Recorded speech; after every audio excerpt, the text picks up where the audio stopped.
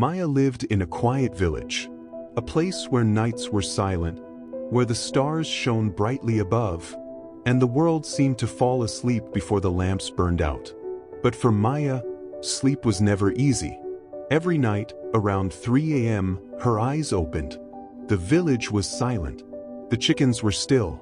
The wind moved gently through the trees.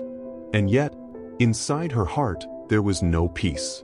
At first, she hated it. She lay on her mat, restless. She pressed her palms against her ears. But no matter what she did, she could not escape her thoughts. At 3 a.m., the worries grew louder. The regrets sharper. The silence heavier. Maya thought something was wrong with her. Why was she always awake when the rest of the village slept? Why did the night choose her? But one night she sat up. The moonlight poured through the window, and the stillness of the village wrapped around her. And she asked herself quietly, what if this isn't a curse? What if it's a gift? That night, Maya lit a small oil lamp. She poured herself water from a clay pot, and she opened the little book she kept hidden under her mat.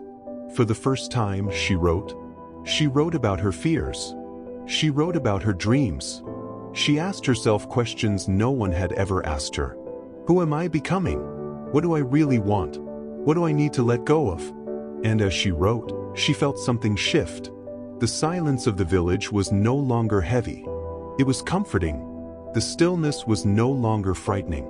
It was powerful. Every night after that, when the clock of her body struck 3, Maya no longer fought it. She welcomed it. The oil lamp, the sound of crickets outside, the cool night breeze through the window, and her pen moving across the page. This became her ritual, and slowly, her life began to change. She became calmer during the day, more patient, more alive. Her neighbors noticed it too. They saw the glow in her face, the peace in her walk, the strength in her eyes. But they didn't know the secret. They didn't know about the hours at 3 a.m., the nights when Maya faced herself, the moments when silence became her teacher. Through those hours, Maya discovered a truth. Transformation doesn't happen in noise. It doesn't happen when you are surrounded by people. It doesn't happen when you hide from yourself. It happens in stillness. It happens when you sit alone and listen. The world fears silence because it shows us who we truly are. But Maya learned that silence is not emptiness. Silence is clarity. And in her small village under the starlit sky, Maya was reborn. She rebuilt her courage. She found her purpose. She discovered her strength. And she carried with her the wisdom of the Stoics.